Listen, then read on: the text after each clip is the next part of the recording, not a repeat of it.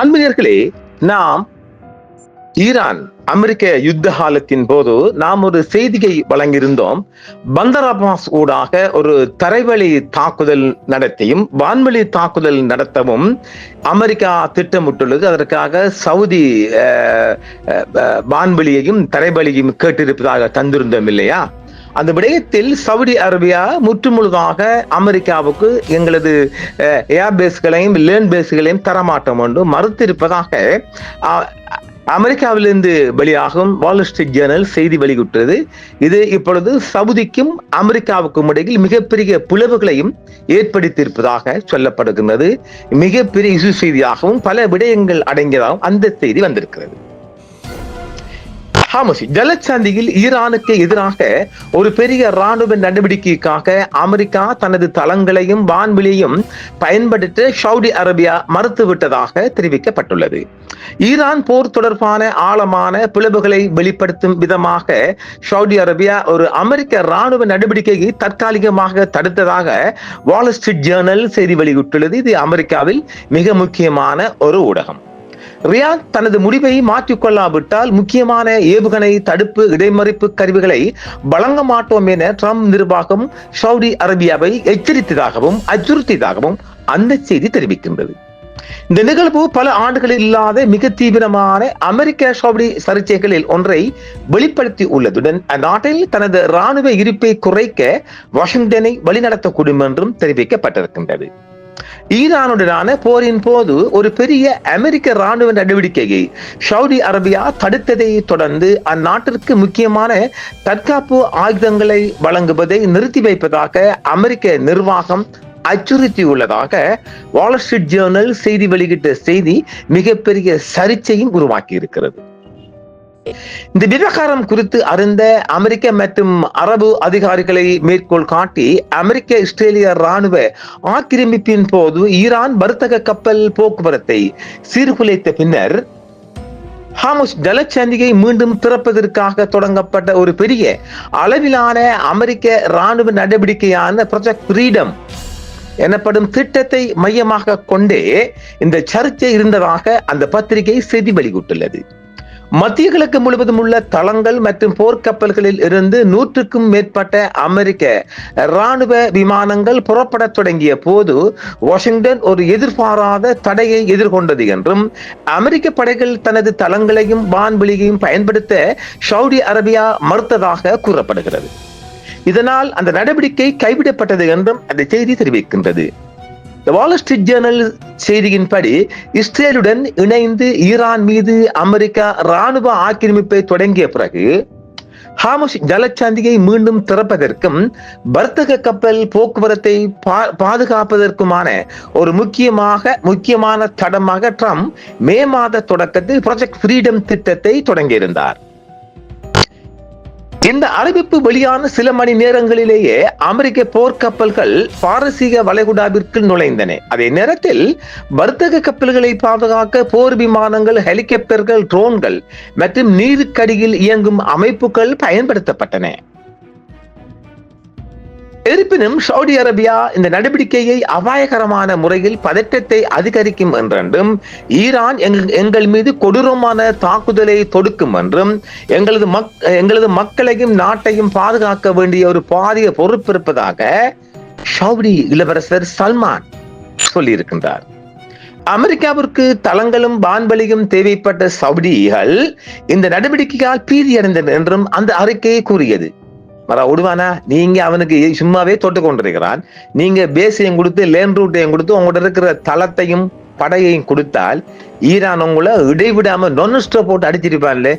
நல்ல ராஜதந்திரம் சல்மான் வாழ்த்துக்கள். மேலும் தனது ஆலோசகர்களுடன் கலந்தாலோசித்த பிறகு இந்த முயற்சி ஈரானை பகைக்கும் என்றும் அதை மறுபரிசீலனை செய்ய வேண்டும் என்றும் சவுதி பட்டத்து இளவரசர் ட்ரம்பிடம் கூறியிருக்கின்றார் என அந்த உரையாடல்கள் குறித்து அறிந்தவர்கள் தெரிவிக்கின்றனர். இந்த நடவடிக்கை நடந்து கொண்டிருந்த போது ஈரான் வர்த்தக கப்பல்கள், அமெரிக்க கடற்படை மற்றும் ஐக்கிய அரபு அமீரகத்தின் எண்ணெய் போக்குவரத்து மையம் ஆகியவற்றை குறிவைத்து ஏவுகணைகளையும் ஆளில்லா விமானங்களையும் ஏவியதாக தெரிவித்துள்ளது. சவுதி அரேபியா பின்னர் அமெரிக்க படைகள் தனது நிலப்பரப்பு மற்றும் வான்வெளிக்குள் நுழைவதை மறுத்தது. இது வாஷிங்டனை ப்ராஜெக்ட் ஃப்ரீடம் திட்டத்தை இடைநிறுத்தும் செய்யும்படியும் கட்டாயப்படுத்தியிருந்தது. அதாவது நீங்க இந்த திட்டத்தை நிறுத்துங்க, சவுதிக்குள்ள இருந்து எதுவும் செய்ய வேணாம் என்று சவுதி கேட்டதற்கிடங்க அது கைவிடப்பட்டதாகவும் தெரிவிக்கப்படுகிறது.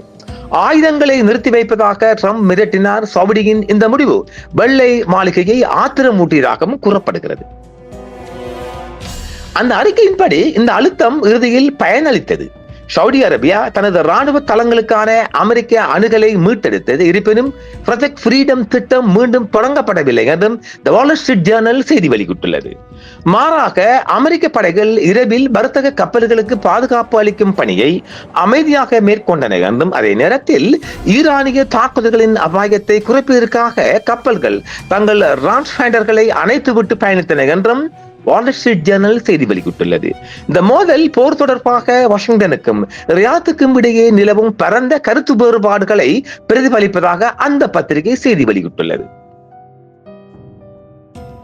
ஈரானிய ஆட்சியை கவிழ்க்கும் எந்த ஒரு முயற்சியும் ஹார்முஸ் ஜலசந்தியை மூடிவிடும், எண்ணெய் சந்தைகளை உலுக்கிவிடும், அமெரிக்க பொருளாதாரத்தை பாதிக்கும், அத்துடன் தங்கள் மற்றும் பிராந்தியத்தின் ஸ்திரத்தன்மையும் சேதப்படுத்தும் என்று சவுதி அதிகாரிகள் வெள்ளை மாளிகையிடம் தெரிவித்தனர் எனவும் அரபு அதிகாரிகளை மேற்கோள் காட்டி தி வால் ஸ்ட்ரீட் ஜர்னல் செய்தி வெளியிட்டுள்ளது.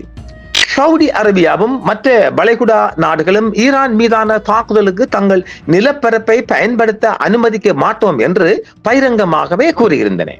பின்னர் அரபு ராச்சியம் அமெரிக்க ராணுவத்தின் வரையறுக்கப்பட்ட அணுகலை அனுமதித்த போதிலும், மேலும் அந்த அறிக்கையின்படி சில தாக்குதல்களில் பங்கேற்ற போதிலும் தொடர்ந்து பதற்றம் அதிகரித்ததால் அது தனது சொந்த எரிசக்தி உட்கட்டமைப்பை ஈரானிய பதிலடி தாக்குதலுக்கு உள்ளாக்கும் என்ற கவலையை கொண்டிருந்ததனால் அந்த திட்டங்கள் கைவிடப்பட்டன என்றும் செய்தி தெரிவிக்கின்றது. மோதலின் போது ஈரானிய தாக்குதல்கள் கட்டாரின் ராஸ் லபான் இயற்கை எரிவாயு வளாகம், ஐக்கிய அரபு அமீரகத்தின் புஜைரா எண்ணெய் மையம் மற்றும் சவுதி அரேபிய ராஸ் தனுரா பெட்ரோலிய வளாகம் உட்பட வளைகுடா முழுவதும் உள்ள மூலோபாய எரிசக்தி வசதிகளை தாக்கியதாகவும் அந்த அறிக்கை செய்தி வெளியிட்டுள்ளது. இந்த சர்ச்சை ராணுவ நடவடிக்கைகளுக்கு அப்பாற்பட்டது என்றும் அமெரிக்க வெளியுறவுத்துறை அமைச்சர் மார்க்கோ ரூபியோ தனது சமீபத்திய வளைகுடா பயணத்தின் போது ரியாத்துக்கு வருகை தராத முடிவை ஒரு திட்டமிட்ட ராஜதந்திர அவமதிப்பாக சவுதி அதிகாரிகள் கருதினர். பட்டத்து இளவரசர் முகமது பின் சல்மான் ஒரு அழைப்பை நிராகரித்ததாகவும் அந்த அறிக்கை கொடுக்கிறது. ஈரான் போரை வாஷிங்டன் கையாண்ட விதத்திற்கு எதிர்ப்பு தெரிவிக்கும் வகையில் பிரான்சில் நடைபெற்ற G7 உச்சி மாநாட்டில் கலந்து கொள்ளும் அழைப்பை பட்டத்து இளவரசர் முகமது பின் சல்மான் நிராகரித்ததாகவும் அந்த செய்தி தெரிவிக்கின்றது. சவுதி அரேபியாவை ரூபியோ வேண்டுமென்றே ஓரம் கட்டினார் என்பதை வெள்ளை மாளிகை மறுத்ததுடன் உறவுகள் வலுவாகவே நீடிப்பதாகவும் அவர் தெரிவித்திருக்கின்றார். சவுதி அரேபியாவை ரூபியோ வேண்டுமென்றே ஓரம் கட்டினார் என்பதை சவுதி அரேபியா மறுத்திருந்த போதிலும் பென்டகன் தற்போது சவுதி அரேபியாவில் உள்ள அமெரிக்க ராணுவ இருப்பை குறைத்து இஸ்ரேல் மற்றும் ஜோர்டான் உட்பட மோதலின் போது அதிக ஆதரவாக கருதப்படும் நாடுகளில் படைகளை குவிப்பது குறித்து அமெரிக்கா ஏற்கனவே பரிசீலித்து வருவதாக தெரிவிக்கப்படுகிறது. இந்த செய்தி நாமும் தந்திருக்கின்றோம். இஸ்ரேலுக்குள் அமெரிக்காவின் ஏகப்பட்ட படைகள் மாறுகின்றது.